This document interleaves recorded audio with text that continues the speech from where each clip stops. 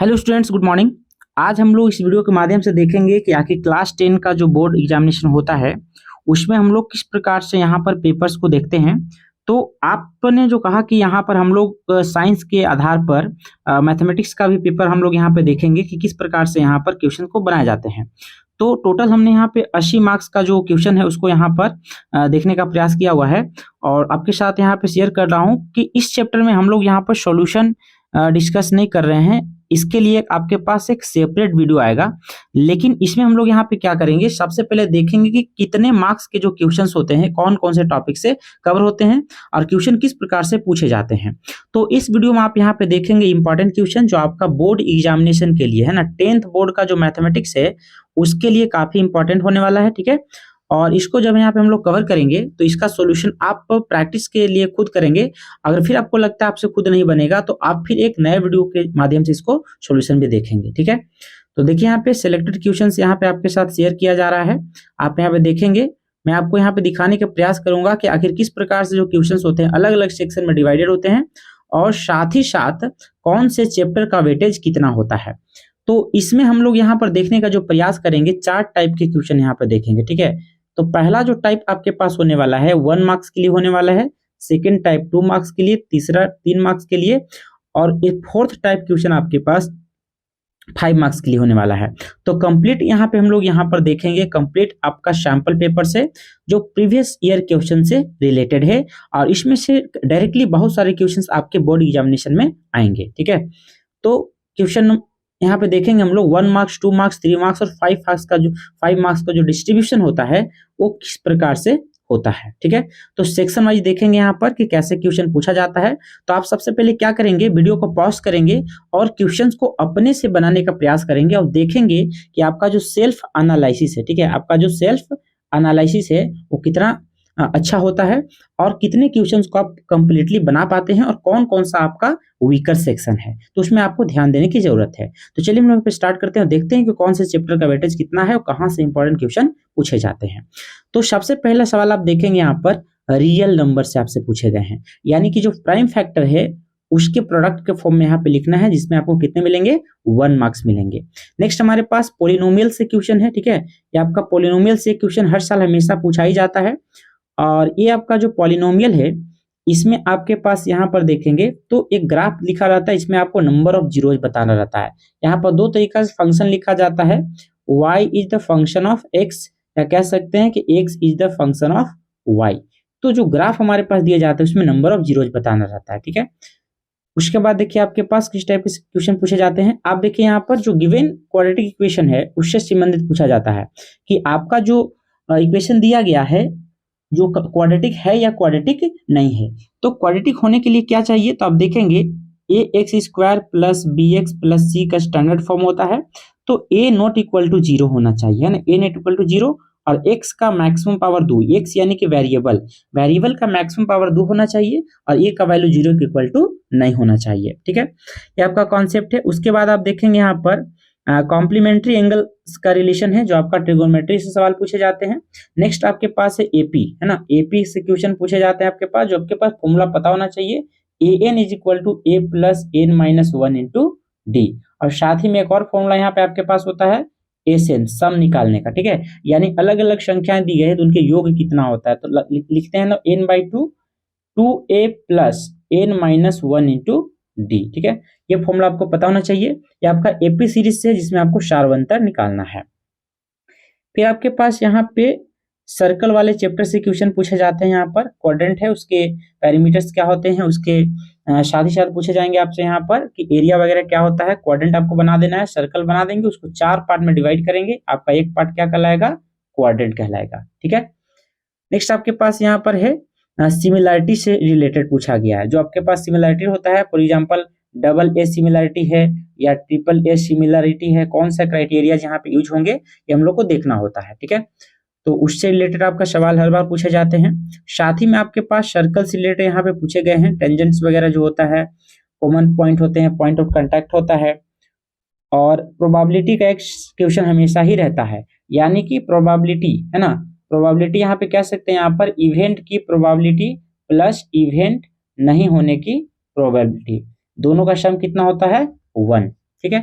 तो कुछ इस तरह से वन लाइनर क्वेश्चन पूछे गए जो कि आपके पास मैथमेटिक्स के कुछ जो सेलेक्ट चैप्टर है उससे पूछा जाता है। और साथ साथ आप यहाँ पे देखेंगे इसके अलावा ये आपके पास ग्राफ से रिलेटेड पूछा गया है कि किस टाइप का ओगाइव है, तो आपको देखने के बाद यहाँ पे बताना होगा क्लासिफिकेशन।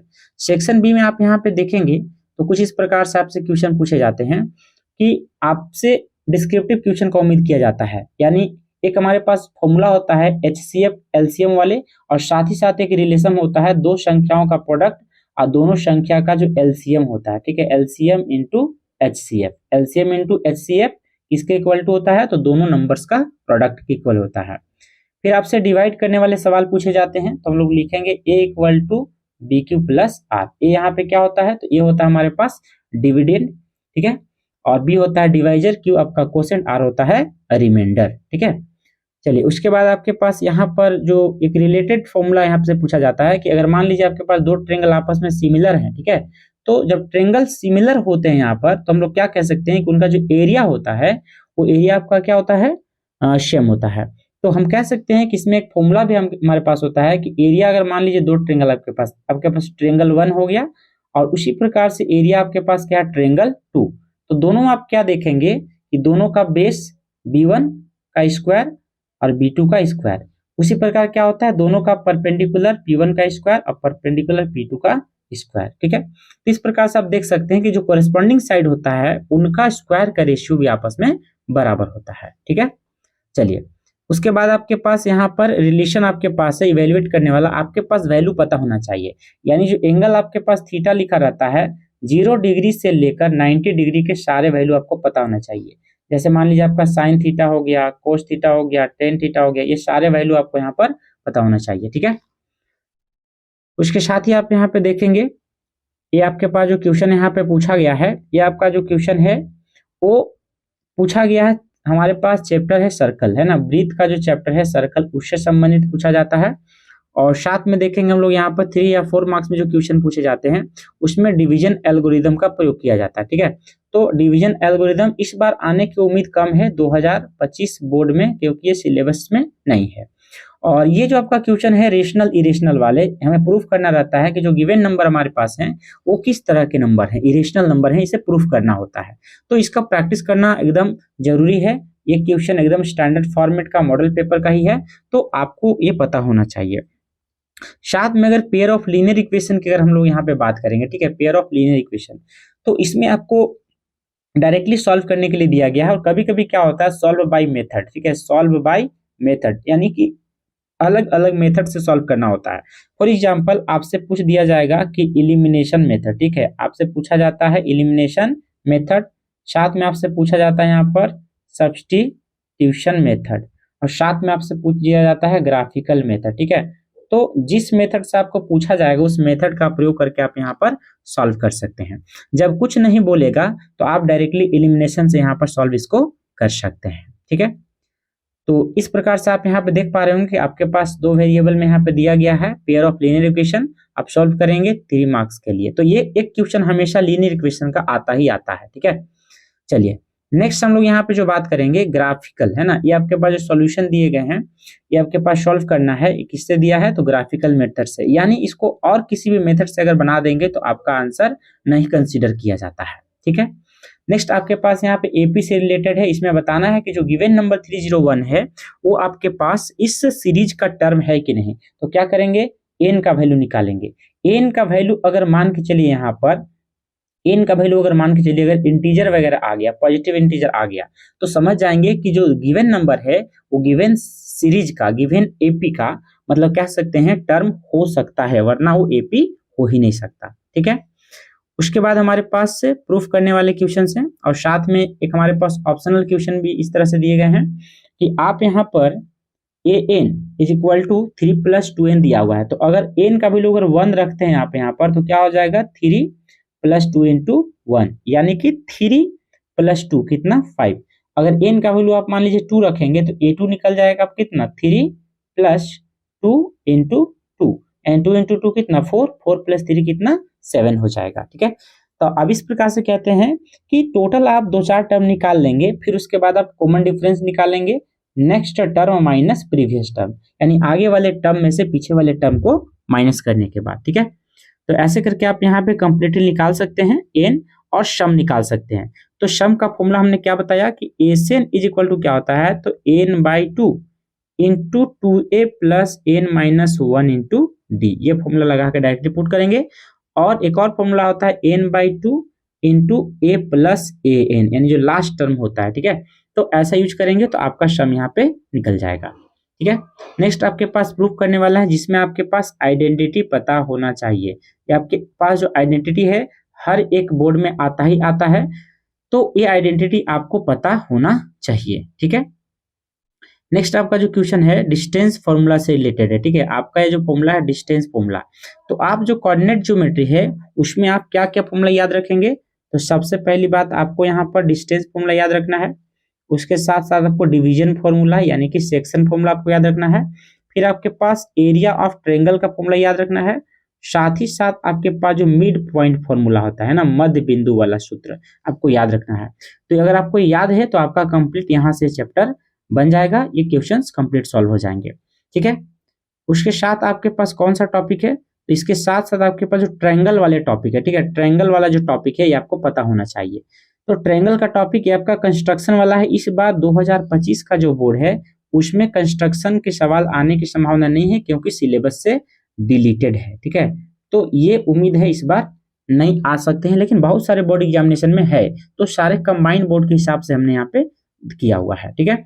और साथ में आपके पास यहाँ आप देख सकते हैं कंस्ट्रक्शन में सर्कल और ट्रायंगल दोनों शामिल रहता है, तो दोनों में से किसी एक को कंस्ट्रक्शन करना रहता है। तो कुछ बोर्ड एग्जामिनेशन में इसका कंस्ट्रक्शन है और कुछ में नहीं है, तो जिनका नहीं होगा उनको प्रैक्टिस करने की जरूरत नहीं है। साथ ही साथ आप यहाँ पर देखेंगे क्वेश्चन नंबर 24 आपका प्रोबेबिलिटी से रिलेटेड है, जो हर बार यहाँ पे क्वेश्चन आते ही आते हैं इस चैप्टर से भी, ठीक है। जैसे इस प्रकार से आपके पास कुछ दिए गए हैं पासे, है ना, पासे यानी कि डाइस दिए जाते हैं, ठीक है। तो डाइस के जो फेसेस होते हैं कितनी होती है, 6 होती है। तो टोटल आउटकम आपके पास कितने हो जाएंगे, 6 हो जाएंगे। लेकिन अगर इसको मान के चलिए 2 अगर डाइस रहेंगे तो टोटल आउटकम 6 के स्क्वायर यानी कि 36 हो जाएंगे, ठीक है। तो हमसे पूछा जाता है ए प्राप्त हो, तो ए कहाँ पे, यहाँ पर भी है, यहाँ पर भी है, तो इनकी संख्या कितनी हो जाएगी, 2 हो जाएगी, ठीक है। तो प्रोबेबिलिटी क्या हो जाएगा, बोलेंगे 2/6, क्योंकि टोटल आउटकम कितने हैं, 6, पॉसिबल आउटकम कितने हैं, 2, क्योंकि ए कितने बार आया है, 2 बार आया हुआ है। तो इस प्रकार से आप लिख सकते हैं यहाँ पर कि आपसे जैसी प्रोबेबिलिटी पूछा जाता है, तो प्रोबेबिलिटी ऑफ इवेंट, है ना, प्रोबेबिलिटी ऑफ इवेंट, तो आप यहाँ पर क्या लिखते हैं, तो लिखते हैं पॉसिबल आउटकम। क्या लिखते हैं यहाँ पर, possible outcome divided by total outcome, ठीक है। तो ये आपका प्रोबेबिलिटी हो जाता है।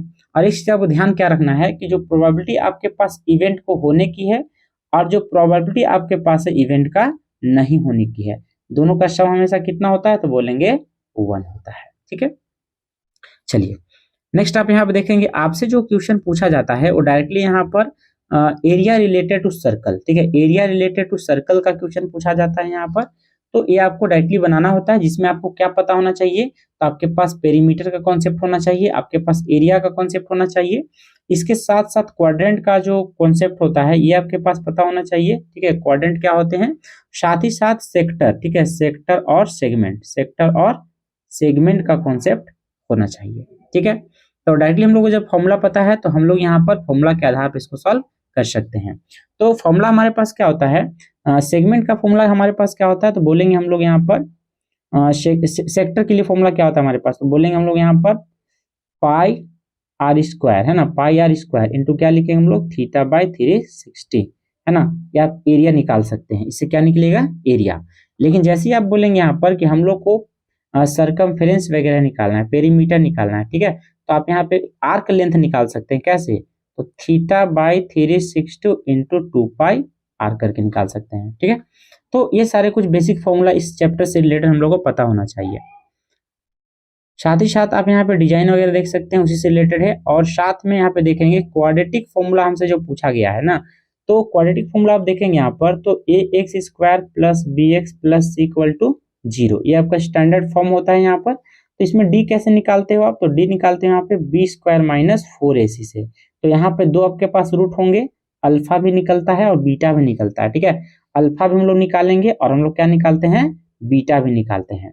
लेकिन उसको निकालने से पहले हम लोग को यहाँ पे चेक करना रहता है डी, डी अगर लेस देन इक्वल टू 0 है तो बोलेंगे डज नॉट एग्जिस्ट, है ना, root does not exist. D greater than equal to अगर हो जाता है तो बोलेंगे डी एग्जिस्ट तो करेगा लेकिन डिफरेंट एंड रियल रूट होंगे। अगर डी इक्वल टू 0 हो जाता है तो आप कहेंगे इक्वल रूट होंगे, ठीक है, इक्वल रूट होंगे, सेम रूट होंगे और रियल रूट होंगे, ठीक है। तो आपके पास कंफर्म हर बोर्ड में क्वेश्चन आते ही आते हैं। साथ ही साथ यहाँ पे देख सकते हैं ये आपके पास वर्ड इक्वेशन होता है जिसको हम अर्थमेटिक कहते हैं और इसको हम लोग वर्ड इक्वेशन कहते हैं। तो वर्ड इक्वेशन जो है आपका हमेशा बोर्ड में आता है, ये आपके पास चैप्टर नंबर 4 से रिलेटेड, ठीक है। नेक्स्ट हमारे पास आता है यहाँ पर कंप्लीट 5 मार्क्स के क्वेश्चन में कंफर्म हमेशा आता है ये आपके पास एप्लीकेशन ऑफ ट्रिगोनोमेट्री, ठीक है, ये आपका application of trigonometry, application of trigonometry, उससे रिलेटेड आपका वर्ड इक्वेशन आता है जिसको आप बहुत ही बढ़िया तरीका से प्रैक्टिस करेंगे। और उम्मीद करूंगा कि सारे का सारे जो आपका जो वैल्यू होता है यहाँ पर एंगल का जो सारे वैल्यू होते हैं साइन टेन कोस का आपको पता होना चाहिए, वरना ये क्वेश्चन आपसे नहीं बन पाएगा, ठीक है। साथ में आप यहाँ पे देखेंगे हमें यहाँ पे क्या करना है, तो हम कह सकते हैं यहाँ पर हमें प्रूफ करने वाले क्वेश्चन है, ठीक है, प्रूफ करने वाले क्वेश्चन है। ये आपका जैसे कह सकते हैं हमारे पास P square plus B square equal to H square, ये आपके पास दिया जाता है पाइथागोरस, तो ये हम लोग को प्रूफ करना है, पाइथागोरस फॉर्मूला हम लोग को प्रूफ करना है।